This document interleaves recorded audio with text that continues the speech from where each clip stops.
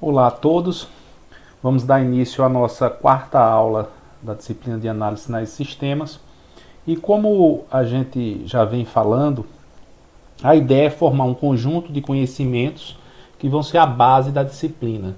Algumas das definições que nós estamos fazendo agora são mais simples, outras menos simples, mais complexas, menos chatas, mais chatas, mas são necessárias. Então a ideia é que a gente vai juntando todo esse conteúdo, essas definições, e depois vamos poder aplicá-las na prática em várias áreas da engenharia elétrica.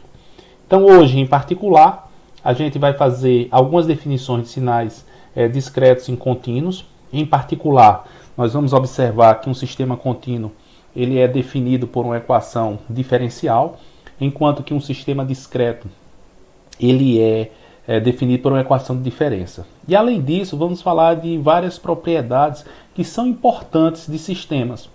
Algumas delas são relativamente simples, a representação matemática é relativamente simples, outras nem tanto, mas são importantes para a compreensão de sinais e sistemas. Bom, então iniciando a nossa aula, primeiro vamos fazer a seguinte definição. A gente vai ter os sistemas discretos e contínuos. Mais uma vez, lembrando que um sistema é uma entidade que, a partir de um sinal de entrada, gera um sinal de saída. Então, o sinal de entrada na nossa terminologia, a gente vai usar X e como saída Y. No sistema contínuo, a variável independente é T, o tempo contínuo, e vamos usar parênteses aqui. Então, o sistema contínuo gera como resposta, como saída a entrada X de T, ele gera a saída Y de T. Por sua vez, o sistema discreto gera como saída a entrada X de N, a resposta Y de N. Mais uma vez, lembrando que estamos utilizando a notação do Oppenheim, em que, quando o sistema é discreto, a gente vai usar colchetes e a variável independente é N. Então, o sistema, a um conjunto de entradas, gera as suas respectivas saídas. Bom, podemos também representar da seguinte forma: o sinal X de T, ao ser aplicado à entrada do sistema, gera o sinal Y de T. Ou, em outras palavras, aqui no caso discreto, o sinal Y de N é a resposta do sistema à entrada X de N.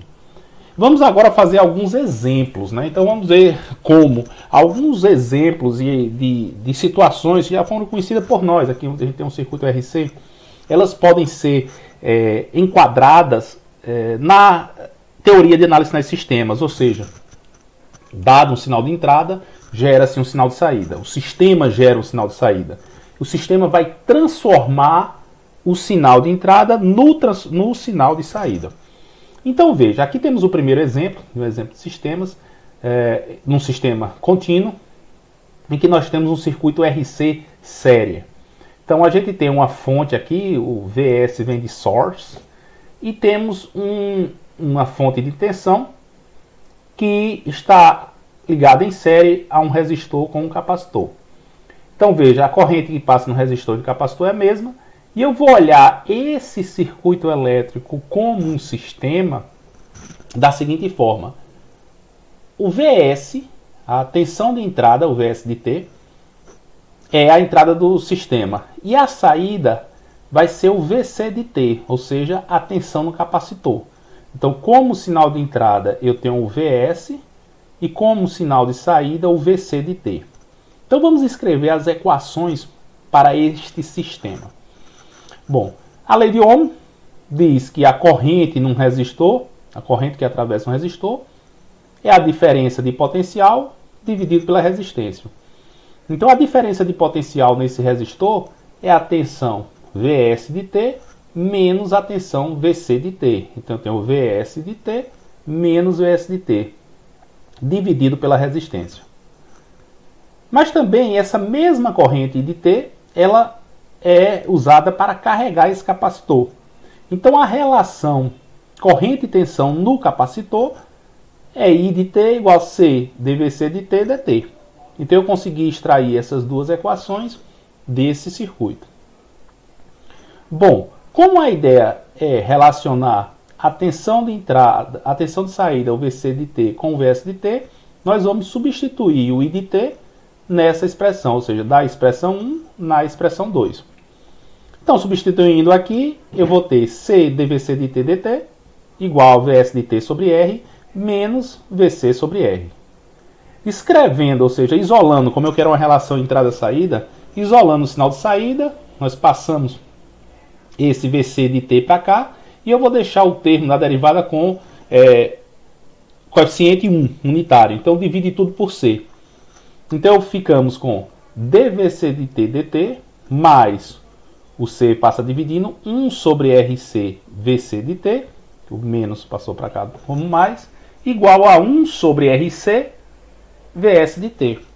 Então veja que a gente conseguiu representar esse sistema, ou seja, o sistema que é um circuito RC série, em que o sinal de entrada é a tensão da fonte e o sinal de saída a tensão sobre o capacitor, nós conseguimos escrever aqui de uma forma bem elegante. E que tipo de equação é essa?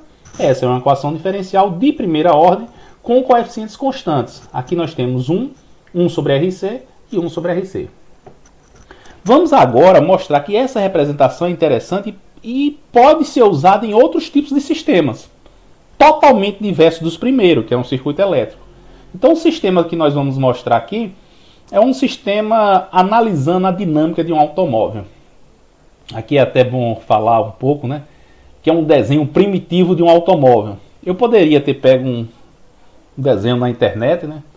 Colocado aqui o sinal e feito isso, mas eu preferi desenhar à mão, porque eu sou da escola antiga da engenharia elétrica, que a gente escrevia muito nos cadernos para aprender os conceitos. Mas sintam-se livres, cara, para interpretar da melhor forma. Mas o seguinte, a gente tem um carro, e esse carro, por meio, a força que vem do motor é aplicada às rodas, que vai gerar o movimento. Contrário a esse movimento, vai existir uma força de atrito, que nós vamos representar de forma simplificada aqui. Veja, a força de atrito vai ser proporcional à velocidade do carro. Então veja, pelo menos a força de atrito do vento, ou seja, quanto maior a velocidade, maior o atrito do vento.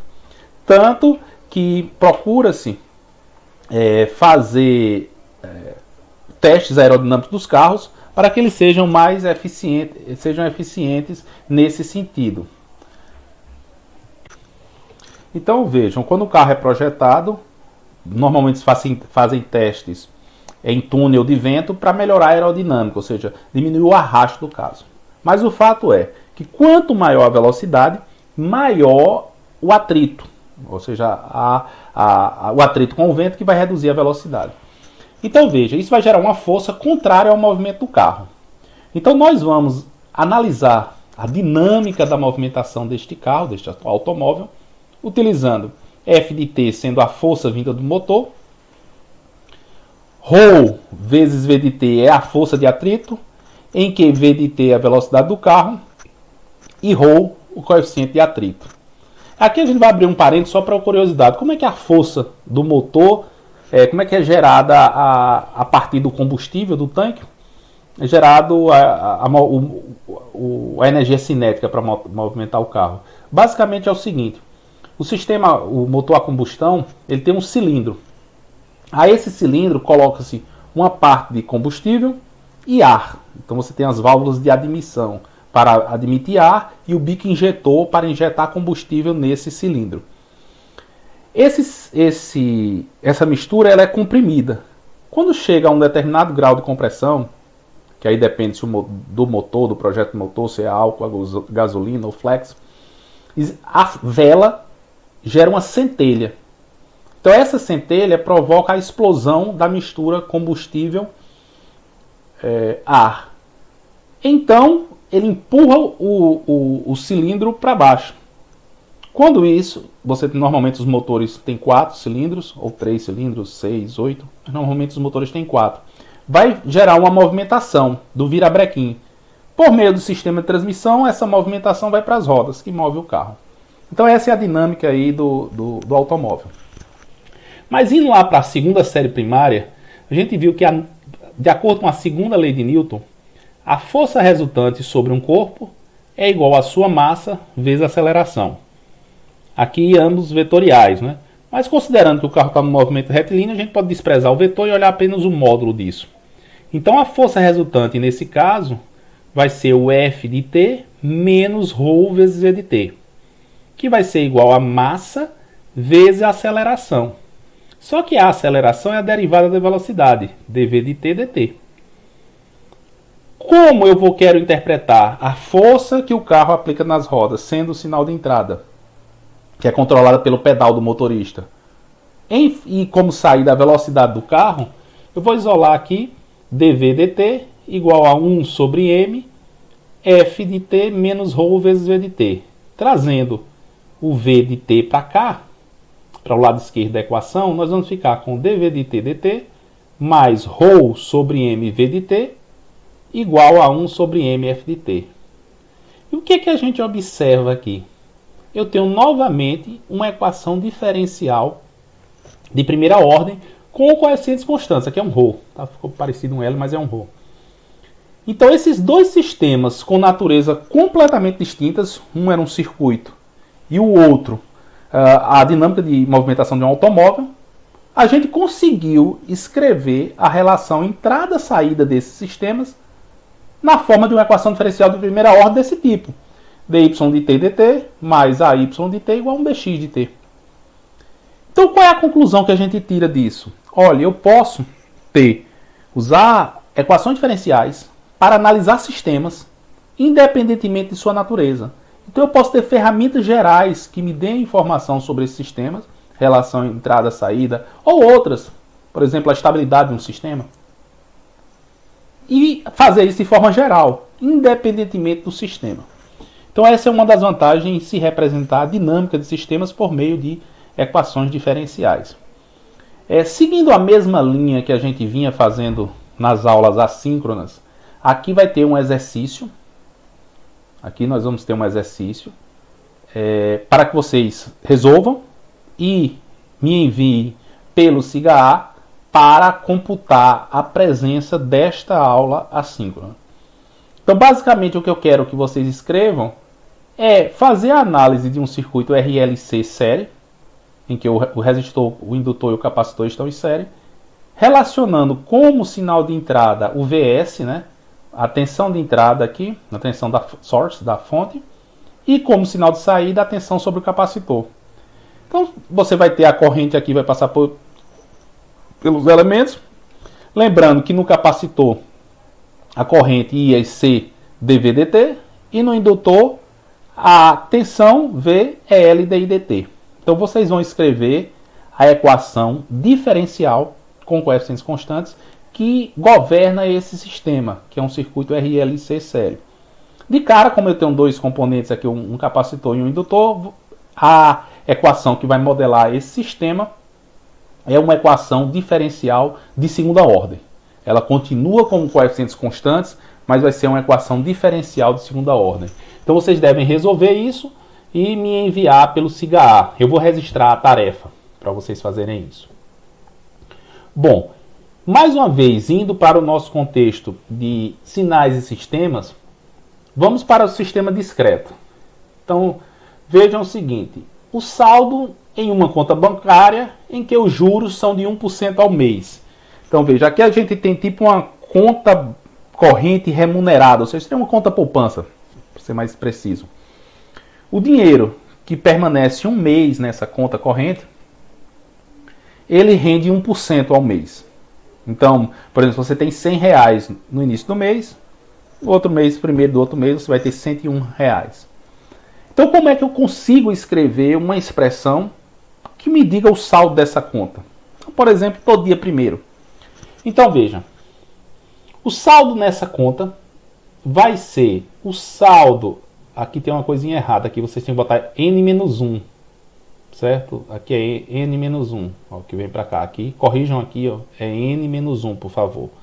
Então você vai ter o Y de N igual a 1,01 Y de N-1, então ao saldo que está lá, passou um mês na conta, adiciona-se 1%, mais um X de N, que é o resultado dos depósitos e saques da conta. Então se você sacou, a conta tinha 200, você colocou 300 reais, então chega no final, você colocou 300 a mais. Então os 200, ele vai ter 1% de juros e os 300 soma-se ao saldo anterior.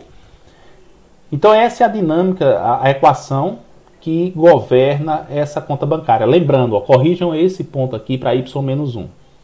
Então se nós considerarmos como saída o valor da conta, eu trago esse y de n menos 1 aqui para o lado esquerdo. Então eu fico com y de n menos 1,01, y de n menos 1 igual a x de n. Então o sinal de entrada aqui, o sinal de entrada seria o resultante, o saldo de saques e depósitos. O saldo anterior seria remunerado por 1%. Essa equação aqui, em que eu faço a diferença de termos do valor discreto em instantes de tempo distintos, é chamada de equação de diferença. E é o dual para o tempo discreto das equações diferenciais em tempo contínuo. Então eu tenho essa equação diferencial de diferença, y de n menos 1,01, y de n menos 1 igual a x de n, que relaciona o sinal de entrada, que seria o crédito, o saldo de depósitos e saques na conta, mais a remuneração anterior. Então isso é uma equação de diferença de primeira ordem com coeficientes constantes. Então, seguindo a mesma linha, vamos fazer um exemplo agora de outro sistema discreto, que vai me gerar uma equação de diferença de primeira ordem e não tem nada a ver com o primeiro. Então veja, se a gente quiser, por exemplo, fazer a discretização de uma equação diferencial, então eu tenho um v de t em função de t. Então para discretizar isso, o que é que a gente pode fazer? E a equação diferencial que a gente vai discretizar, se vocês observarem essa expressão, dv de t dt mais ρ sobre m v de t igual a 1 sobre mf de t, voltando aqui um pouquinho, é a equação que domina a dinâmica do automóvel. Mas a ideia aqui é, em vez de resolver uma equação diferencial, fazer a discretização dessa equação diferencial. Então veja, alguns programas, em vez de resolver uma equação diferencial, eles resolvem de forma numérica. Então é o que a gente vai fazer aqui. Então, de tal sorte, suponha que a gente escolha um passo de discretização aqui delta. Então, delta, 2 delta, 3 delta. Então, entre dois intervalos de tempo, eu tenho uma largura delta. Como é que a gente pode definir a derivada num ponto? X de t menos x de t menos t0 dividido por t0. Calculo o limite disso quando t0 tende a zero. Então, o que a gente vai fazer é o seguinte, eu pego o dv de t dt vai ser discretizado. Eu só vou observar isso em intervalos de n vezes delta. Eu vou pegar o sinal em v de n vezes delta, por exemplo, aqui 2 vezes delta, subtraio do instante de tempo imediatamente anterior, então aqui eu teria delta, então eu pego no instante n, delta, e no instante n menos 1, delta, e divido pela largura. Veja, na definição formal, se a gente faz delta tender a zero, eu teria a definição de derivada, porque a derivada é um limite, ou seja, a definição da derivada envolve um limite, como eu falei. Então, v' de t é igual a v de t menos v de t menos t0 dividido por t0. Então, o que é que nós estamos fazendo aqui? Bom, para fazer a nossa notação, dado que eu sei que delta é um passo de discretização constante, eu posso abusar na notação e, em vez de olhar v de n vezes delta, olhar para o sinal discreto. Toda vez que eu observar v de n, é v de n vezes delta. E o v de n menos 1 vezes delta é o v de n menos 1. Porque eu sei que esse delta aqui é constante. Bom, então a equação diferencial que rege a dinâmica do automóvel é essa. Então, a derivada, quem é a derivada? V de n menos v de n menos 1 sobre delta. Mais ρ sobre m, v de n. Eu quero calcular no ponto n delta, que seria o ponto n delta, que eu vou olhar só apenas do ponto n. E isso igual a 1 sobre m, f de n. Então eu discretizei daqui, deste ponto para cá, a gente discretizou a equação diferencial. Poderia fazer uma programação no computador, a partir das condições iniciais, e resolver essa equação diferencial. É óbvio que a gente vai escolher, tem que escolher de forma bastante adequada esse delta, não pode ser muito grande, tem que ser pequeno, também não pode ser pequeno demais, porque gera uma complexidade computacional grande. Bom, então vamos juntar aqui o V de n. O que é que eu tenho um V de n aqui? 1 sobre delta e ρ sobre m. 1 sobre delta e ρ sobre m. V de n menos 1, eu tenho menos 1 sobre delta, igual a 1 sobre mf de n. Tirando o mínimo múltiplo aqui, m delta, m mais ρ vezes delta, V de n. Menos 1 sobre delta igual a V de n menos 1. Bom, aqui eu vou multiplicar tudo por m delta e dividir por m mais delta, ρ delta. Então eu vou ficar com Vn, então o primeiro termo aqui eu vou deixar sempre com coeficiente 1. Aqui eu vou ficar com menos, quando eu multiplico por ρ delta, cai delta aqui, eu fico com m sobre m mais delta. E multiplico desse lado também, multipliquei por m delta, cancela. Na realidade aqui vai ficar delta. Me corrijam aí, quando eu multiplico aqui, eu fico delta sobre m mais ρ delta. Corrijam aqui, por favor. Bom, se a gente olhar para essa expressão, eu tenho um sinal em n, menos uma constante vezes n menos 1, igual a uma constante vezes f de n. Ou seja, esta equação aqui é uma equação de diferença de primeira ordem, porque eu tenho n menos 1, com coeficientes constantes. Então o que é que nós observamos aqui? Que mais uma vez, dois sistemas com natureza completamente distintas, um veio da discretização de uma equação diferencial que determina a dinâmica do automóvel, e foi representada por uma equação diferencial de primeira ordem. E o segundo, a equação que determina o saldo numa conta bancária. Então a natureza totalmente distinta, mas os dois sistemas, se eu olhar para esses dois problemas como sistemas, foram representados por equações diferenciais de primeira ordem. Ou equação de diferença de primeira ordem, equação de diferença, com coeficientes constantes. Então, em resumo, o que a gente vai falar aqui é, sempre que houver um sistema contínuo, nós vamos representá-los por meio de uma equação diferencial. E um sistema discreto por meio de uma equação de diferença. E a ideia é que a gente tenha ferramentas para analisar esses sistemas independentemente de sua natureza. E essas ferramentas vão ser estudadas nesta disciplina. Avançando um pouco mais, nós vamos para o próximo tópico, que é a interconexão ou interligação de sistemas. E qual é a ideia básica que está por trás desse tópico? É observar, ou seja, que um sistema complexo ele pode ser visto como a combinação de sistemas mais simples. Então, dessa forma, consegue-se analisar o sistema, ou seja, pense na resolução de uma tarefa. Se a gente tem uma tarefa a ser realizada e eu consigo decompor essa tarefa como uma soma de tarefas mais simples, a gente pode melhorar o desempenho dessa resolução dessa tarefa. Então a ideia é essa. Eu vou olhar para um sistema complexo, tentar observar as partes e analisar essas partes. Por exemplo, se a gente quiser otimizar, por exemplo, reduzir o consumo de potência de um dado circuito elétrico, eu posso observar isso como vários circuitos elétricos menores e tentar minimizar a potência. Agora, nós temos que observar também, lá um pouquinho da teoria de cálculo numérico. Você tem uma solução global e uma solução local.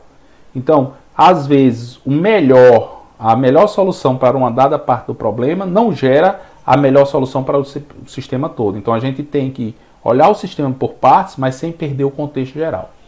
Então, nesse sentido, a gente vai olhar como os sistemas podem ser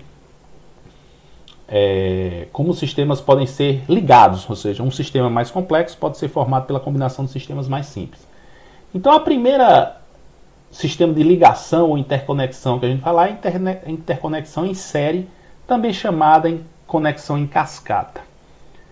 Então, veja, aqui nós vamos ter como uma entrada, que é aplicada a um sistema 1, e gera uma saída. A saída desse sistema 1 vai ser a entrada de um sistema 2, que vai gerar uma saída. Então, esses dois sistemas que estão ligados em série geram um sistema maior. Uma aplicação para isso, por exemplo, suponha que eu queira quadruplicar uma tensão. mas eu só disponho de CIs que são dobradores de tensão. O que é que eu faço? Coloco o sinal de entrada de 1 volt, coloco um dobrador de tensão, vai gerar um sinal de 4 volts. Depois pego outro dobrador de tensão, pode ser um amplificador operacional, e coloco aqui na saída. Então o sinal de 2 volts vai virar um sinal de 4 volts. Ou seja, a partir de uma ligação em série de 2 dobradores de tensão, nós obtivemos um circuito, um sistema que quadruplica uma tensão de entrada. Então, mas a definição de em série é que a saída de um sistema é aplicada à entrada do outro. Então esse é o tipo de ligação em série ou ligação em cascata.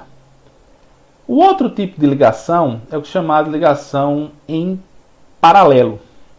Então, você vai ter uma mesma entrada que é aplicada a um sistema 1 e a um sistema 2, e depois as saídas são somadas, gerando uma saída total. Então, nesse caso aí, você tem 2 sistemas que atuam em paralelo, e esses sistemas vão gerar um sinal de saída. Um exemplo, suponha que eu tenho um amplificador que amplifica somente as frequências de 0 a 10 kHz e outro de 30 a 40. Se eu quiser um sistema que amplifique as potências do sinal de 0 a 10 e de 30 a 40, eu aplico esse mesmo sinal nesses 2 sistemas e depois somo. Então o resultado final é que tanto as frequências de 0 a 10 kHz quanto de 30 a 40 vão ser amplificadas. Certo?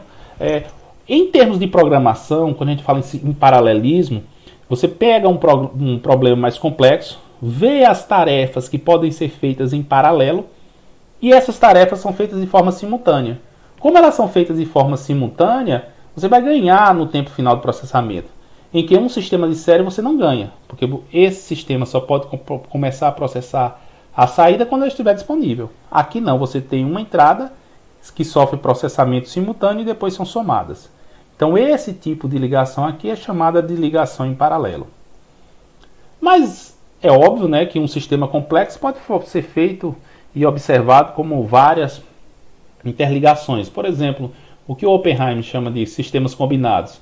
Você tem uma entrada que vai ser utilizada, aplicada à entrada do sistema 1, que depois a saída é aplicada à entrada do sistema 2. Essa mesma entrada é aplicada a um sistema 3, ou seja, o sistema 3 está em paralelo com os sistemas 1 e 2. Soma-se os dois e aplica-se a entrada de um sistema 4. Então eu posso decompor um problema maior dessa forma. Então você pode decompor sistemas, ligações em série, em paralelo e de várias formas como queira. Outro tipo de interconexão de sistemas é o sistema com realimentação. Então esse sistema com realimentação ele é muito importante. Em teoria de controle vocês vão ver várias vezes.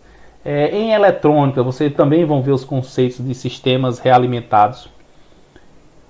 Que basicamente realimentação, o feed é alimentar, back para trás. Então um sistema com realimentação. Então a ideia básica é essa, você tem uma entrada, essa entrada passa por um sistema que gera uma saída. Pega-se esse sinal de saída, vai passar por um novo sistema e realimenta a entrada aqui. Normalmente a realimentação é negativa, mas não impede, pode ser positivo ou negativo. Normalmente é negativo para evitar problemas de instabilidades. Um exemplo desse sistema aqui é o controle de temperatura. Tem até um ar-condicionado ali atrás. Você chega no ambiente, ele está quente, liga o ar-condicionado.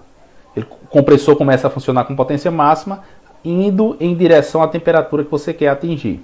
Por exemplo, acho que aqui está em 25 graus. Quando chegou próximo a 25 graus, ele tem que desligar o compressor, porque senão a temperatura vai passar. Aí você pega essa medição de temperatura e avisa o sistema para ele desligar o compressor. O quarto começa a ficar quente. Você tem que ligar o compressor de novo. Então esse sistema de realimentação é muito importante. Outro exemplo, na indústria. Às vezes você quer controlar um determinado sinal, a velocidade de uma máquina. Esse sistema normalmente é realimentado. O sinal de saída, que é a velocidade da máquina, é utilizada num controlador para determinar o sinal de entrada. Então esse sistema é o sistema com realimentação. Aqui eu vou fazer um parêntese na minha área, que eu sou da área de telecomunicações, que é bastante interessante. Os códigos Turbo Codes, eles foram propostos por Birol e outros cientistas num artigo publicado em 1993, ano que eu entrei na Universidade de Engenharia Elétrica, no International Communications Conference, que é um dos congressos do I3E mais importantes de comunicações. E o detalhe é que esse pesquisador, Birol, ele é da área de eletrônica. E a ideia dele, do grupo dele, foi relativamente simples. Eles pegaram uma estrutura que já existia, que eram os códigos convolucionais, e realimentou. Pegava o sinal de saída e realimentava na entrada. Isso é muito comum em eletrônica, mas não era em telecomunicações. Aí o resultado disso é que esses códigos para correção de erro conseguiram um poder de correção muito grande, ou seja, para uma baixa relação sinal-ruído, eles tinham uma probabilidade de erro muito pequena. Bem próximo ao teorema de Shannon de 1948, que dava a capacidade de um canal de comunicações. Que basicamente, a grosso modo, ele diz, olha, dada essa relação sinal-ruído, essa quantidade de potência no sinal, essa é a taxa máxima de transmissão que pode ser alcançada. E os códigos turbo chegaram bem próximo. Tanto que eles viraram padrão em alguns sistemas de comunicação, como por exemplo a telefonia móvel 4G. Bom, esse é apenas um fato histórico para mostrar que às vezes uma ideia simples, que é uma realimentação, em outra área, ou seja, era uma solução que era dada na área da eletrônica, que se viu para a área de codificação e resolveu um grande problema. Bom, para não ficar apenas nos diagramas de bloco, aqui ele vai mostrar que esse sistema aqui, também da nossa área, ou seja, um circuito elétrico, pode ser visto como um sistema realimentado. Então, nesse circuito aqui, a gente tem uma fonte de corrente agora, não fonte de tensão, que gera uma corrente IDT, que alimenta um circuito paralelo de um capacitor e um resistor, gerando as correntes I1, a corrente que passa pelo capacitor, e I2, a corrente que passa pelo resistor. Bom, usando lei de Kirchhoff, nesse nó aqui, chega I de T e sai I1 mais I2. Passando I2 para o lado de cá, eu fico com I de T menos I2 de T igual a I1. Lembrando que o seguinte, I1 de T é a corrente que passa pelo capacitor. Então, no capacitor eu tenho I de T igual a C dV de T. Logo, o V de T é 1 sobre C vezes a integral da corrente. Então, eu tenho um I1 de T aqui, igual, que vai passar por um sistema, que é o capacitor. A relação corrente-tensão no capacitor é 1 sobre C, integral de menos infinita a T, do I1 de T dt, me dá a tensão no capacitor. Bom, a tensão no capacitor. Quem é o I2? O I2, a corrente, deixa eu diminuir um pouquinho aqui, visualizar melhor. Quem é o I2? É a corrente que passa pelo resistor. Se eu divido a tensão do capacitor, como o capacitor está em paralelo com o resistor, se eu divido a tensão no capacitor pela resistência, eu vou ter o I2. Logo, se eu subtraio aqui do I de T, o I2, então aqui tem um sinal de menos aqui, I de T menos I2 me dá I1. Então eu tenho aqui uma representação desse sistema, que aqui é um circuito elétrico, uma fonte de corrente, um capacitor e um resistor, como um circuito realimentado, em que a saída é a tensão no capacitor e a corrente de entrada é o sinal de entrada, ou seja, a fonte de corrente compõe o sinal, gera o sinal de entrada. Então veja que esse sistema aqui é um sistema realimentado. Aqui eu abro outro parênteses para falar para vocês que essa questão de realimentação é basicamente a ideia que vai perseguir vocês nas disciplinas de controle. Então você quer controlar a velocidade de uma máquina, você tem que pegar o sinal de referência e verificar o que fazer com ele. Então os sistemas realimentados, então basicamente nesse bloco aqui você vai ter o sistema, a máquina por exemplo, e aqui você determina um controlador. E existem algumas técnicas básicas de controle. Por exemplo, um controle P é proporcional. Então você tem uma velocidade de referência, um sinal de referência, pega o sinal real e a diferença é multiplicada por uma constante para gerar o sinal de saída. Temos o controle D, diferencial. Então você vai pegar o sinal, a diferença e fazer uma derivada. Ou o controle integral. Pega a diferença e faz um integral. Então por isso que vocês já devem ter escutado em algum local o controle PID, que é proporcional, integrativo e derivativo. Mas isso vocês vão visualizar tanto na disciplina de controle analógico quanto controle digital. Seguindo para o final da nossa aula, vamos falar das propriedades básicas, né? Faltou um acento aqui, dos sistemas. Então, algumas dessas propriedades elas são relativamente simples na representação matemática, mas serão muito interessantes no nosso estudo. Principalmente as duas últimas propriedades. Mas, desculpa. A primeira propriedade que a gente vai falar é a memória de um sistema. Então, o que é um sistema que tem memória? Então, a memória é a capacidade do sistema de reter informação ou energia do sinal de entrada em instantes de tempo diferentes do tempo atual. Então, veja, um sistema com memória, por exemplo, um capacitor. Se a gente olhar um capacitor, é um sistema com memória. Por quê? A carga, né, é resultado da corrente que foi utilizada para carregar esse capacitor. Um resistor é um sistema sem memória. Se a gente for relacionar a tensão corrente, eu aplico uma determinada tensão e eu tenho uma corrente instantânea. Essa corrente não depende de tensões passadas ou tensões futuras. Então, basicamente, a representação que a gente vai ter de um sistema sem memória é quando a saída ela depende apenas do instante atual do sinal de entrada. Então, aqui nós temos um exemplo de um sistema sem memória. Essa amostra y de n do sinal de saída é 2x de n menos x ao quadrado de n ao quadrado. Então tem um sistema sem memória. Outro exemplo, como eu já adiantei para vocês, se eu tiver esse sistema aqui, y de t igual ao r, dá um ganho, vezes x de t, que isto modela a relação tensão-corrente, corrente-tensão num resistor. Então, se o x de t é a corrente, y de t é a tensão, eu multiplico a corrente vezes R e tenho a tensão. Mas observe, o Y de t depende apenas do sinal X no instante t.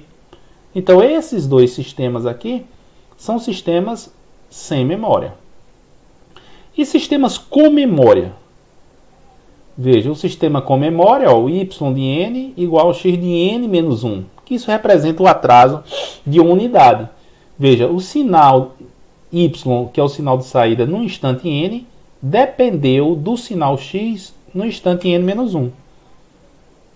Um acumulador, por exemplo, você vai somando todas as amostras, soma a amostra atual e todas as passadas, o sinal x de n, o x de entrada, que é dado por essa expressão, y de n é igual ao somatório com k, variando de menos infinito até n, do x de k. Isso é um acumulador. Esse sistema aqui é um sistema com memória, porque a saída atual, o y de n, depende de amostras passadas do x de k.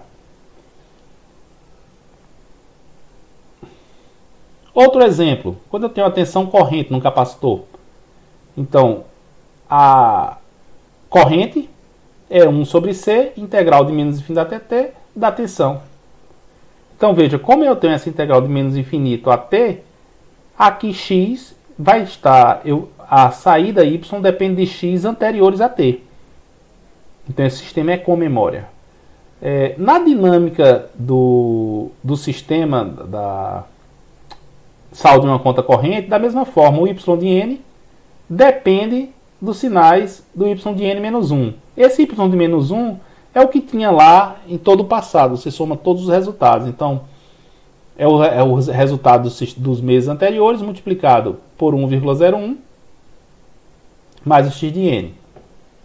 Então, como esse sistema depende de amostras passadas, esse sistema aqui é um sistema com memória. Observe que pela definição formal, ou seja, o sistema ele é com memória quando depende de amostras diferentes da amostra atual. Ele pode depender de amostras futuras. Quando a variável independente é o tempo, por exemplo, um caso aqui, a média móvel. Então tem se falado muito da média móvel das mortes aí na Covid. Mas a média móvel, de forma explicitamente, é você pegar um valor, alguns para cima, alguns à frente, alguns anteriores, e calcular a média. Então, por exemplo, se a gente quiser a média de 7 dias, considerando hoje, domingo, eu teria que pegar a média de amanhã, segunda, terça e quarta, e para trás também, sábado, sexta e quinta. Então eu teria a média considerando 7 dias. Então é basicamente o que eu estou escrevendo aqui. A média móvel era o y de n, igual a 1 sobre 2m mais 1, somatório com k variando de menos m até m. Então de menos m até m eu tenho 2 vezes m mais 1 amostras, porque eu considero m igual a 0 também. Do x de n menos k. Quando o k aqui é negativo, eu vou ficar com x de n mais alguma coisa. Ou seja, uma amostra futura.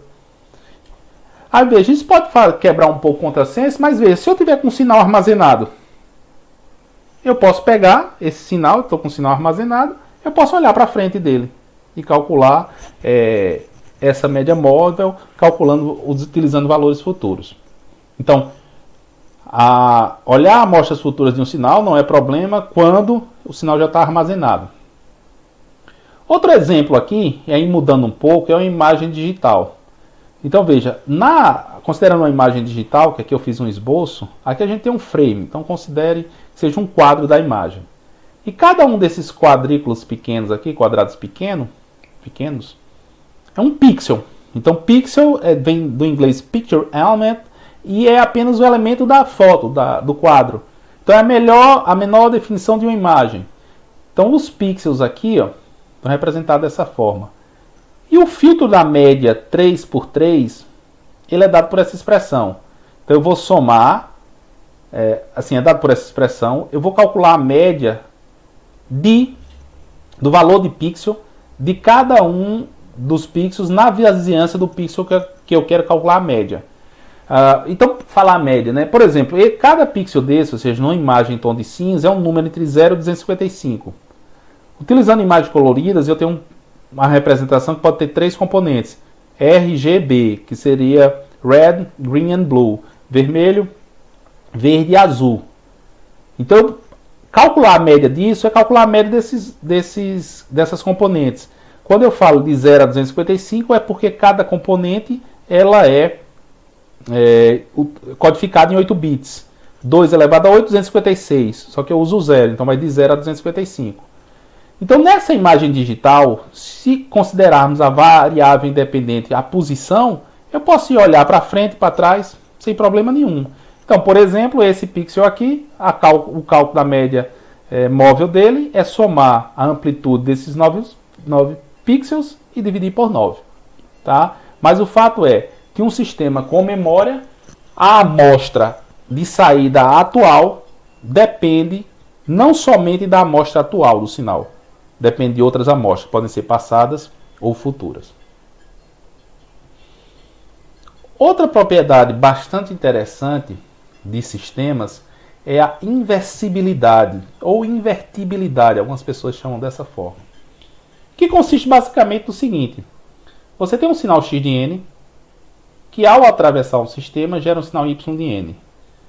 O sistema é dito inversível se você conseguir determinar um sistema inverso, tal que a saída desse segundo sistema provoque como saída o próprio sinal de entrada, x de n. Então veja, se a gente tem um sistema amplificador, y de t, que multiplica por 2 o sinal de entrada x de t. Se a gente tiver um circuito que reduz a amplitude do sinal por 2, ou seja, meio de t, esse sistema é um sistema inversível. Então veja, se a gente tiver esse primeiro sistema entre o sinal x de t, ele é dobrado e gera o sinal y de t. Esse segundo sistema divide o sinal de y de t por 2. Se eu divido o sinal y de t por 2, eu tenho um próprio sinal de entrada. Então um sistema que multiplica por 2, outro que divide por 2. Esses dois sistemas são sistemas inversos. Vou falar um pouquinho uma aplicação disso. Equalizar sinais de RF. Então veja que o sinal tem um sinal em radiofrequência. sigla RF and Radio Frequency. O sinal foi transmitido e o canal de comunicações ele atenua de forma diferente as componentes do sinal em frequência. O que é que você tem que fazer no receptor? Promover o efeito contrário. Então, por exemplo, se o sinal divide por 2 a potência de 0 a 10 kHz e divide por 4 a potência de 10 a 20 kHz, no receptor você tem que fazer o efeito inverso. De 0 a 10 kHz você multiplica por 2, de 10 a 20 kHz você multiplica por 4. Então essa primeira etapa de descobrir qual é o efeito do canal é chamado de identificação de canal. E essa etapa de correção é chamada de equalização. Então é feita uma equalização no domínio da frequência. Então é uma aplicação dessa teoria de sistemas inversos.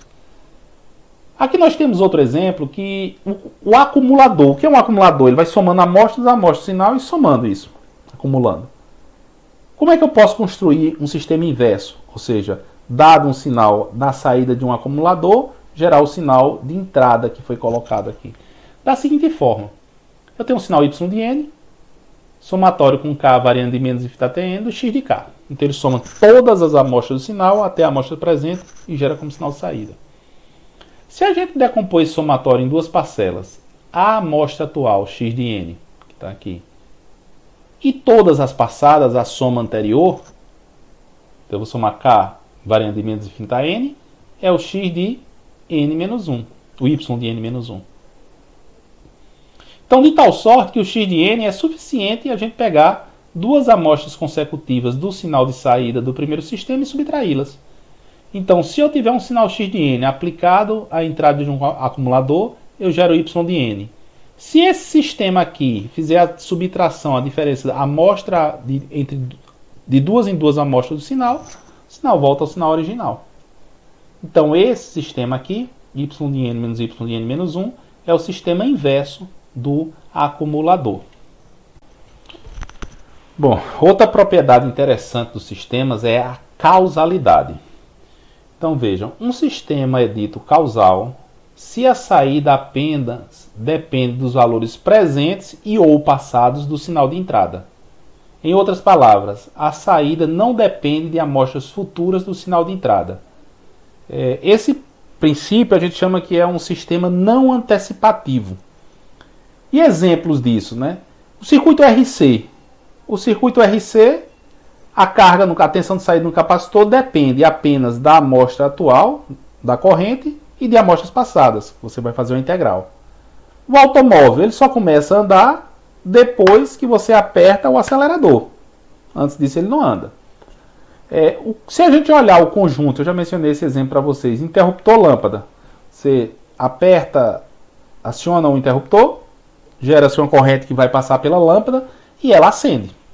Essa lâmpada gera uma intensidade luminosa. Ou seja, ela só começa a gerar a intensidade luminosa depois que você acionou o interruptor. Então a gente pode dizer que esses sistemas são não antecipativos.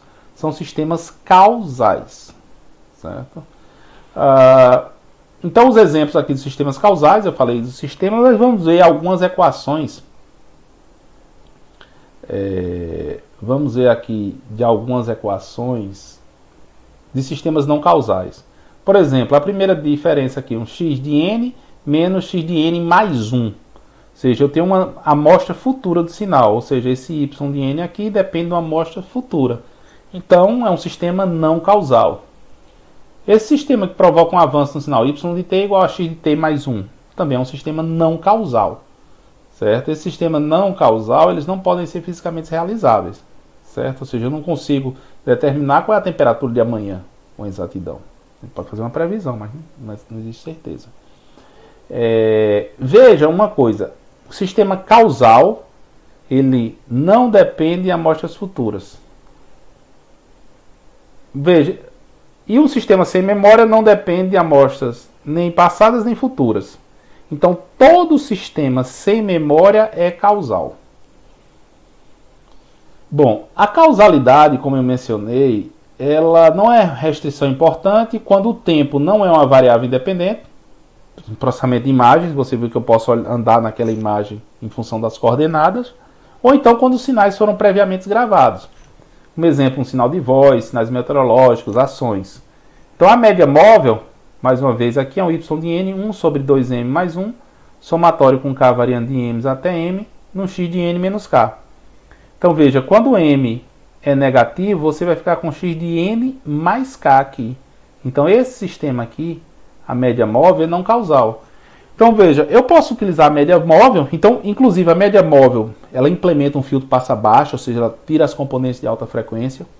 No caso de imagem, o filtro da média é usado para retirar ruído tipo sal e pimenta, na literatura eles chamam pepper and salt noise, que seria pixels brancos e pretos que aparecem na imagem. Então um filtro da média consegue resolver isso. Para baixar a frequência, eu posso, no sinal de voz, eu posso também utilizar o sinal de voz, passar um sinal de voz para um filtro da média para retirar componentes de alta frequência. Então esse sinal aqui é um sinal não causal. Bom, e aqui a gente tem o segundo exercício para computar a presença de vocês, que é o seguinte: analise esses dois sistemas aqui. Y de n igual a x de menos n e y de t igual a x de t vezes cosseno de t mais 1. E me respondam se esses dois sistemas são ou não são causais. Então essa pergunta eu também vou colocar, tá na página 10, né? Eu vou colocar lá no SIGA A para vocês responderem e garantirem a presença aqui nessa aula. Adiantando um pouquinho mais, vamos falar da estabilidade de sistemas. Então veja, estabilidade é um conceito muito importante. Vou falar dois exemplos aqui de estabilidade. Eu já mencionei para vocês uma reflexão de uma onda numa linha de transmissão. Se ela é refletida e vem com a mesma fase, um sinal cossenoidal com a mesma fase, ele vai dobrar de tensão. Então veja, se houver outra reflexão com a mesma fase, ele dobra mais uma vez. Se isso entrar em ressonância e o sinal for multiplicando cada vez mais sua amplitude, em algum momento os sistemas de proteção, de isolamento vão falhar e o sistema vai pelos ares. Estabilidade, um carro. Eu gosto muito de carro, né? Ele tem um determinado número de rotações por minuto. Existe a faixa vermelha lá no odômetro, né? No contador de revoluções por minuto do motor. A partir daquilo ali fica vermelho. Por quê? O carro não pode operar muito tempo naquela faixa de velocidade do motor, porque o sistema de lubrificação e de resfriamento não dá conta. Então, se ele não der conta, o que vai acontecer? Vai derreter o metal. Então, o motor vai fundir e gera problemas. Então, isso saiu num problema de estabilidade. Adicionar outro exemplo, usinas nucleares. Então, você tem as usinas nucleares de fissão nuclear do urânio, começa a ter reações instáveis. Só que tem que controlar aquela estabilidade para não explodir tudo. Então a estabilidade de um sistema é muito importante. Porque uma hora ou outra ele vai falhar se o sistema não for estável. Então o que é a instabilidade? Então veja, é a estabilidade do sistema. Muito embora a gente tenha conceito, o conceito matemático é simples. É basicamente o seguinte: um sistema é dito estável se quando você tem uma entrada limitada em módulo. Então, por exemplo, suponha que a entrada está limitada em 1 volt, sinal senoidal de mais ou menos 1 volt. Então, o valor em módulo da entrada é 1 volt. A saída também vai ser limitada, ou seja, ela não diverge. Ou seja, você tem uma entrada limitada e gera uma saída ilimitada. Aí, exemplos que a gente tem aqui. Vamos dar um circuito RC.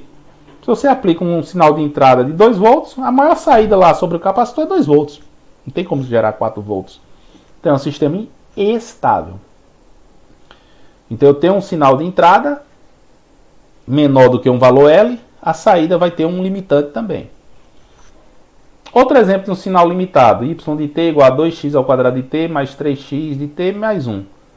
Por exemplo, se x de t estiver limitado a 1 volt, a minha saída aqui vai estar limitada no máximo a 6 volts. Substituir 1 aqui.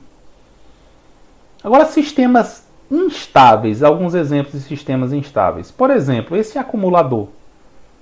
Y de n, somatório com k variando de menos infinito até n, do x de k. Eu vou somando todas as amostras de sinais. Por exemplo, se a gente testar o x de n aqui, o sinal de entrada, como degrau. Quem é o degrau? Ele é 1 para n maior ou igual a 0 e 0 caso contrário. Então, se você for somando todas as amostras, 1, você não tem limite.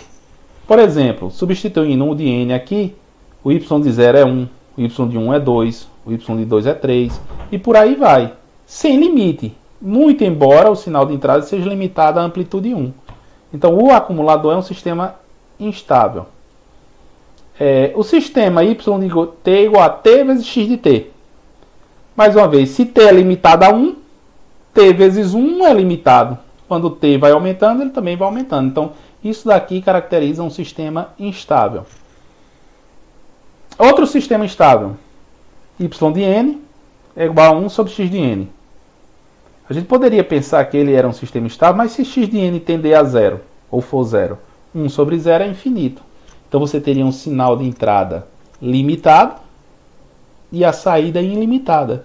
Então esse sistema é um sistema instável. Outro exemplo aqui, que aqui é um exemplo que a gente pensa, leva a gente a pensar o contrário. Y de t é igual a e elevado a x de t. É um sistema estável ou instável? Pela definição, se o sinal x de t for limitado, então tem um b aqui, uma constante b, o módulo de x de t está limitado a b. Qual vai ser a saída? A saída, se o sinal x de t é em módulo limitado a b, o maior valor dele é b e o menor menos b. Logo, y de t vai estar limitado entre y elevado a b e y elevado a menos b. Ou seja, o módulo de y é menor do que e elevado a b. Então, se uma saída limitada gerou se uma entrada limitada gerou uma saída limitada, então esse sistema aqui, dado por essa expressão, y de t igual a e elevado a xt, é um sistema estável. Bom, caminhando para o fim da aula, a gente já está na penúltima propriedade. Como eu mencionei, as duas últimas são as mais importantes, porque elas vão formar uma classe de sistemas que são úteis para a gente. Então, a quinta propriedade é a invariância no tempo. Então, o que é um sistema invariante no tempo? Um sistema vai ser dito invariante no tempo ou invariante ao deslocamento se o seu comportamento e características não mudam com o passar do tempo. Então, por exemplo, se a gente monta um circuito qualquer lá no laboratório, que está até fechado agora em virtude da pandemia, e faz umas medições de tensão e corrente, aplica uma tensão de entrada 2 volts e mede a saída. Se nós deixarmos esse circuito montado e amanhã fizermos a mesma medição aplicando o mesmo sinal de entrada, o sinal de saída vai mudar? Não, porque é o mesmo circuito. Então esse sistema, a gente pode dizer que esse sistema é invariante no tempo, ele não muda com o tempo. A outra propriedade é a linearidade. Quando junta as propriedades de linearidade e invariância no tempo, eu consigo determinar a saída do sistema por meio de uma operação de convolução. Mas isso é o capítulo 2 do Oppenheim. Por enquanto, a gente vai lembrar que essa propriedade é muito importante. E ela quer basicamente dizer isso. Você liga a lâmpada hoje. Ela tem uma determinada intensidade luminosa. Se a gente ligar essa lâmpada amanhã, ela tem a mesma intensidade? Sim. Então, o sistema é invariante no tempo. Agora, veja que a variância ou invariância no tempo é um conceito que depende do tempo de observação. Tem alguma garantia que eu ligue essa lâmpada e daqui a 10 mil anos de uso ela tem a mesma intensidade luminosa? Não. Então, ele variou no tempo. Então, se o sistema... Agora, se eu mencionei para vocês que a invariância no tempo é interessante para a gente analisar sistemas, como é que eu posso usar essas ferramentas para um sistema que é variante? Basta olhar num curto intervalo de tempo. Eu olho para um curto intervalo de tempo e digo, olha, nesse intervalo de tempo o sistema é invariante. Então esse conceito, ou seja, de invariância no tempo, ele vai ser muito importante e basicamente é isso. O sistema é invariante no tempo quando suas características não mudam com o passar do tempo. E em termos de sinais e sistemas, lembrem que a gente falou que vamos dar a representação matemática dessas propriedades, é simplesmente o seguinte. Quando você desloca o sinal de entrada, a saída é deslocada da mesma intensidade. Então a saída vai ter um deslocamento idêntico ao sinal de entrada. Então você deslocou o sinal de entrada, o mesmo deslocamento no sinal de saída. Matematicamente seria o seguinte, se você tem um sinal x de n que gera um sinal y de n, Quando você desloca o sinal de n de entrada de n0 unidades de tempo, ou n0 amostras, o y de n também vai ser deslocado com n0 amostras. No caso do tempo, a mesma definição. Se eu tenho um sinal x de t que, no tempo contínuo, né? Se eu tenho um sinal x de t que gera um sinal y de t, quando eu deslocar esse sinal de entrada x de t menos t0, eu vou ter um sinal y de t menos t0. Então veja, o sistema y de t igual a seno de xt é invariante ao deslocamento? É um sistema invariante ou não? Basta a gente fazer da seguinte forma. Eu aplico um sinal, se eu aplicar um sinal x1 de t ao sistema, quem vai ser o y1? Vai ser o seno da entrada, seno de x1 de t. Se nós tivermos um sinal x2 de t, que é igual a x1 de t menos t0, ou seja, é o sinal original, inicial, deslocado de t0 unidade de tempos. Quem é o sinal y2? Quem é o sinal y2? A resposta do sistema à entrada x2 é sempre aqui, olhando a equação que governa o sistema, o seno da entrada, seno de x2 de t. Quem é o seno? Quem é x2 de t? x1 de t menos t0. Então, o y2 é o seno de x1 de t menos t0. Ou seja, quem é o seno de x1 de t menos t0? É pegar nessa expressão e substituir t por t menos t0. Então, se você substituir desse lado, substituir desse outro. Então, fica um y de 1 de t menos t0. Ou seja, quando você aplicou à entrada do sistema o sinal de entrada atrasado, a resposta do sistema foi atrasada em t0 unidades. Então, logo, esse sistema é um sistema invariante no tempo. Outro exemplo aqui de um sistema invariante no tempo. N vezes x de n. Veja, olha, eu vou multiplicar n, que depende do tempo, vezes o sinal de entrada. Então, aqui a gente já tem uma suspeita que esse sistema varia com o tempo. Por exemplo, se eu multiplicar o mês o dia do mês vezes um dinheiro. Se eu ganho o dia 1º, eu multiplico por 1. Se eu ganho no dia 10, eu multiplico por 10. Então a gente já suspeita que depende do tempo. E quando ele depender do tempo, para mostrar que é invariante, você basta citar um exemplo, que é o que foi feito aqui. Ó. Se a gente considerar nesse sistema y de n igual a nx de n, x1 de n igual a delta de n. Delta de n é o impulso unitário. Ele é 0 para n diferente de 0 e 1 para n igual a 0. Então veja, quem é o y1 de n? É o n vezes a entrada, x1 de n, que vai ser o n vezes delta de n, que é 0. Porque o impulso ele só é não nulo em n igual a 0. Então, usando a filtragem, n vezes delta de n vai dar 0. Agora, se a gente atrasar esse delta de 1 unidade, então eu vou ficar com delta de n menos 1. Quem vai ser o y2? N vezes x2 de n menos 1. N vezes delta de n menos 1 me dá quanto? 1 vezes n menos 1, que é a propriedade da filtragem da função impulso. Então esse impulso aqui, ele só é não nulo em n igual a 1. Então 1 vezes 1, então eu vou ficar com delta de n. Então você tem essa entrada delta de n, gerou um 0 como saída. Quando eu tenho entrada, o sinal original atrasado de 1 unidade, a saída é diferente da saída anterior, atrasada de 1 unidade. Ou seja, quando esse y2 é diferente do y1, o sistema é variante no tempo. Por último, outro exemplo de um sistema variante no tempo é quando eu tenho um y de t igual a x2 de t, x2 de t. Mas a gente viu a propriedade das transformações de sinais, x de 2t ele comprime o sinal no tempo. Então veja, a gente espera, se ele comprime o sinal no tempo, quando eu desloco a entrada, essa entrada vai ser comprimida também. O deslocamento vai ser comprimido. Então suspeita-se que ele seja variante no tempo. E aqui a gente vai mostrar um exemplo. Se eu tiver esse sinal x1 de t, que é um pulso aqui de largura 4, variando de menos 2 a 2. Quem é o y1? É esse x aqui comprimido. Então seria esse sinal. Se a gente pega o sinal de entrada x1, desloca de 2 unidades de tempo e gera um sinal x2 de t, que vai ser a outra entrada. Eu tenho esse sinal. O que é que o sistema faz com o sinal? Comprime. Esse sinal comprimido, se esse sinal é de 0 a 4, ele é comprimido, fica de 0 a 2. De 0 a 2. Então esse é o y2 de t. Que é diferente desse sinal aqui, deslocado de 2 unidades. Então eu peguei o sinal de entrada, desloquei de 2 unidades do tempo. A saída não foi deslocada de 2 unidades de tempo. É diferente. A saída é diferente. Logo, esse sistema aqui, ele também é um sistema variante no tempo. Bom, por último, vamos falar agora da linearidade do sistema, ou seja, sistemas lineares. Então, juntamente com a propriedade anterior, invariância no tempo, eles vão formar uma classe de sistemas bem interessantes, que são sistemas lineares e invariância no tempo. Mas o que é a linearidade? Então, um sistema vai ser dito linear quando ele atende à propriedade da superposição.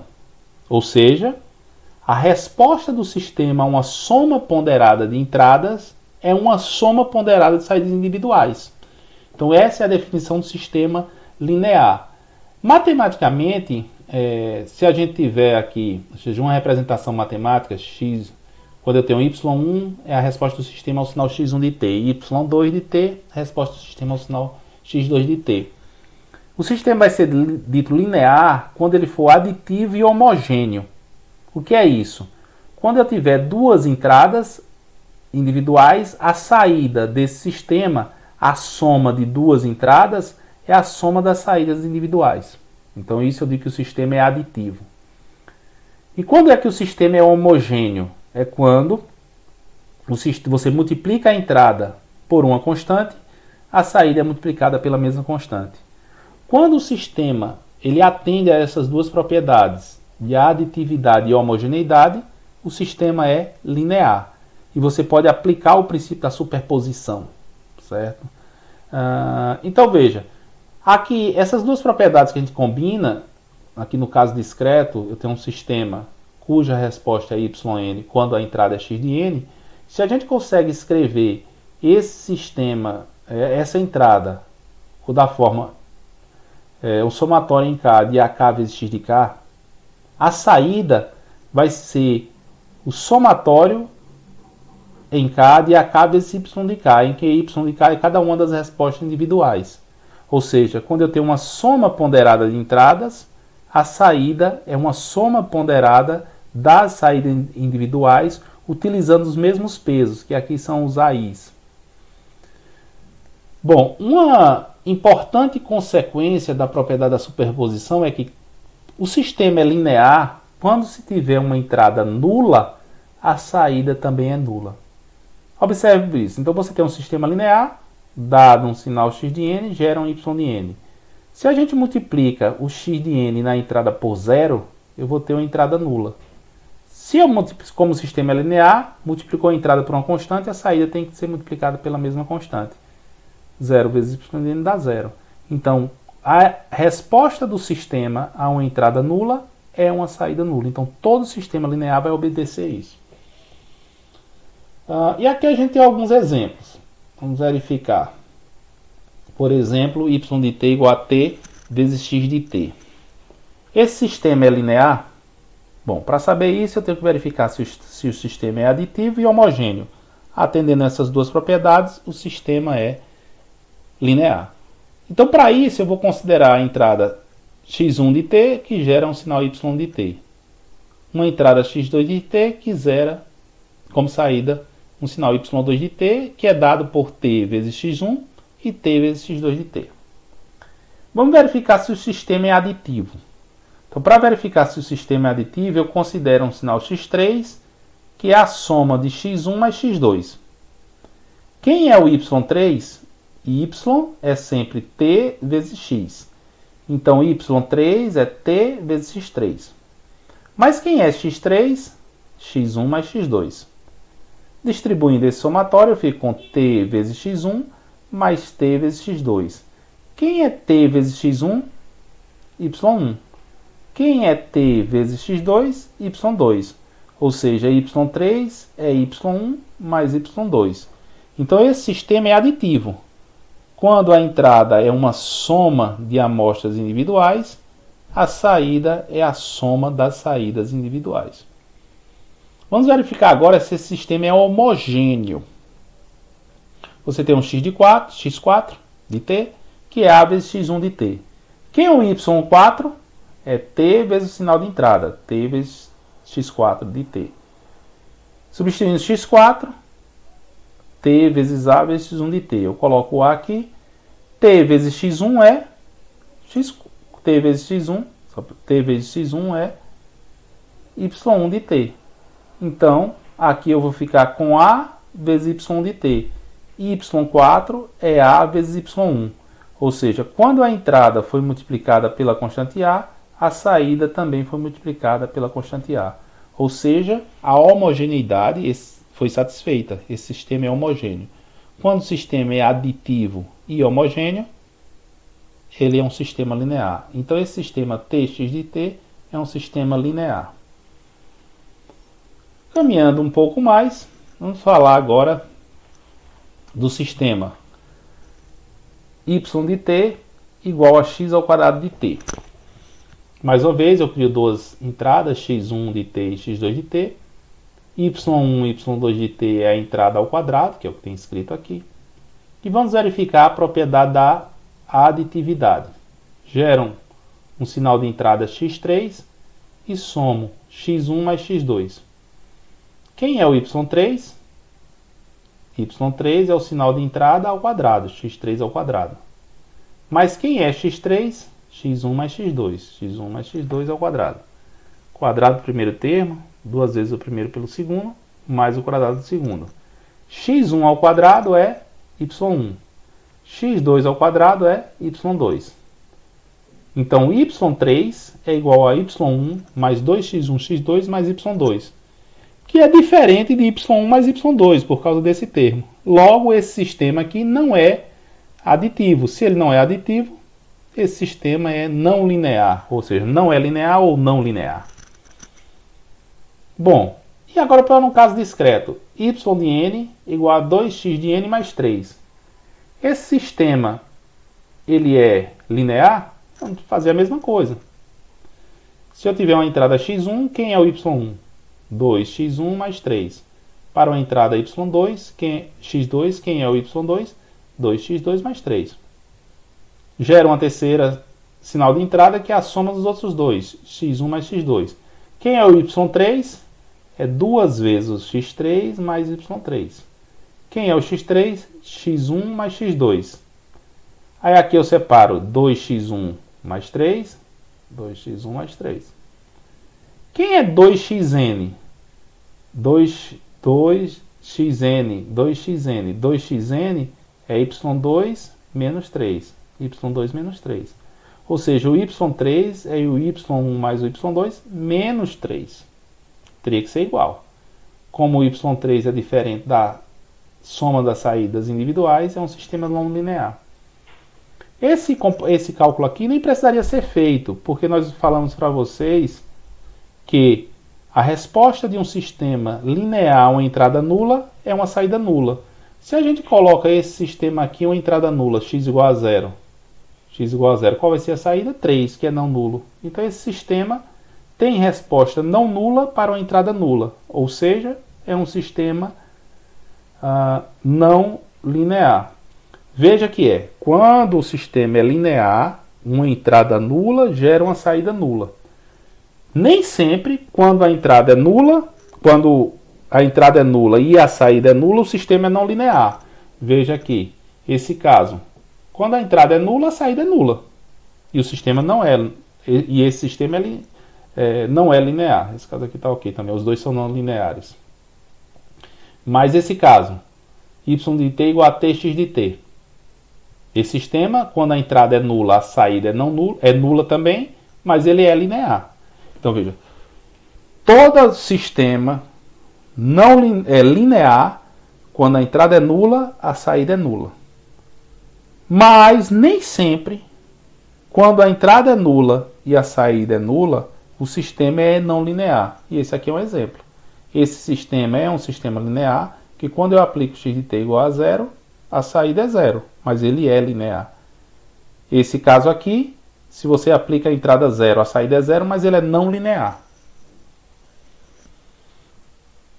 Bom, e para terminar, aqui a gente vai fazer uma análise bem rápida. Eu vou responder aqui, apresentar essa tabela e vocês vão refletir em casa se conseguem memorizar ou não essas respostas aqui. Esse exercício aqui foi até uma questão da primeira prova do semestre 2016.1.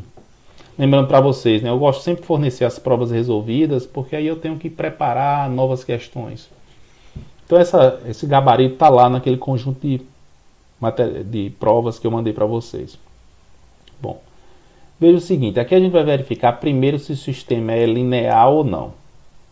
Aqui temos sistema contínuo, discreto, discreto. Veja, esse sistema é linear, ou seja, x ao quadrado raiz. Isso aqui é basicamente um módulo. Se você eleva ao quadrado, o sistema nunca vai ser linear. Então não. Esse sistema é linear. Veja, aqui eu só tenho duas saídas, ou é menos 1 ou saída mais 1. Se eu colocar x de n igual a 0, a saída vai ser sempre 1. Então, saída não nula para uma entrada nula. Então, esse sistema não é linear. Esse sistema integra o sinal. A integração é uma operação linear, então esse sistema é linear. E mais uma vez, esse y aqui, mesmo que eu zere o sinal de entrada, a saída vai ser sempre unitária. Então, ele é não linear. Então, esses sistemas, o único linear é o integrador. Variância no tempo. Esse sistema, calcular a raiz quadrada do sinal quadrado varia com o tempo? Não. Aqui, eu tenho quando o sinal de entrada é positivo, saída mais 1. Quando o sinal é negativo, menos 1. Varia com o tempo? Olhar se o sinal é positivo ou não? Não. Aqui, esse sinal varia com o tempo? Também não. Se você desloca a entrada, a integral vai ser deslocada também. E agora, esse sinal aqui, ó, que eu multiplico x de n mais 1 vezes o de n. Então, o de n é um sinal que é 0, em n igual a 1, ele passa a ser 1. Veja, se eu desloco o sinal de entrada, ou uma hora ele multiplica por 0, ou multiplica por 1. Então, ele vai depender do tempo de aplicação. Ou seja, então esse sinal ele é variante no tempo. Causalidade, que é um sinal causal, depende somente da amostra passada ou presente, não depende de amostras futuras. Esse aqui, y de t, só depende do sinal x de t, não depende em t mais 1, t futuro, então é causal. Esse aqui, o y de n, só depende do sinal na amostra no instante de tempo n, também é causal. Esse aqui é causal? Não. Porque um y de t depende do sinal x em t mais 1. Amostra futura, 1 segundo à frente. Então é não causal. E esse outro y de n depende de x de n mais 1 aqui. Uma amostra futura, 1 segundo à frente. Então é não causal. Comemória. A definição de comemória é um sinal que depende, assim, se é ter memória ou não. Ele é comemória quando depende de amostras diferentes da amostra presente. Sem memória, quando depende apenas da amostra presente. Então, esse sinal aqui não depende de outras amostras, então é sem memória. Então, não tem memória. Esse outro depende da amostra, y de n depende da amostra n, sem memória. Aqui, poxa, aqui é sim, aqui é não assim. Esse aqui depende em t mais 1, sim, tem memória. Esse outro depende de x de n, n mais 1, sim, tem memória. E por último, esses sistemas aqui avaliem se... esse aqui eu vou deixar para vocês pensarem. Se o sinal for limitado, lembre-se, a saída é limitada ou ilimitada. Bom, então verifiquem se esse sinal é estável ou não, cada um desses, você vai observar que todos são. E lembrem agora que a gente terminou o assunto do primeiro capítulo do livro do Oppenheim. Então vocês vão ter que agora resolver a lista de exercícios. Então vamos olhar agora um pouquinho. Vamos abrir aqui para verificar essa lista de exercícios. Quais exercícios eu recomendaria para vocês fazerem.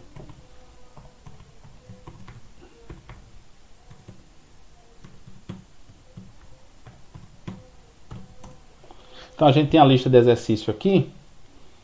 Veja, Vocês podem resolver a questão 9. Vamos ampliar um pouquinho aqui. Mas melhora aqui um pouquinho, 125. Pronto. Vocês podem resolver essa questão 9, que basicamente é avaliar esse sistema e falar se ele tem memória, invariância no tempo, linearidade, causalidade e estabilidade. A questão 10 também é interessante para resolver. A 11, 12. Bom, eu quero que vocês resolvam também para me enviar como a terceira pergunta a ser feita, a ser respondida para garantir a presença, essa questão 12, certo? Então eu quero que vocês me digam qual é a letra correta aqui, ou seja, qual dos sistemas é não estável. Bom, senhores, com isso a gente termina o primeiro capítulo do Oppenheim, e vocês agora têm que ler o material, ler as notas de aula e resolver os exercícios, para se familiarizarem com o assunto. Certo? Então, lembre que essa disciplina é uma disciplina com forte apelo matemático, então depende muito de prática, de exercício. Ok? E qualquer coisa, alguns alunos já têm me comunicado por e-mail, já estão percebendo que as respostas são relativamente rápidas, então não hesitem em me contactar. Então, um abraço e tudo de bom para vocês.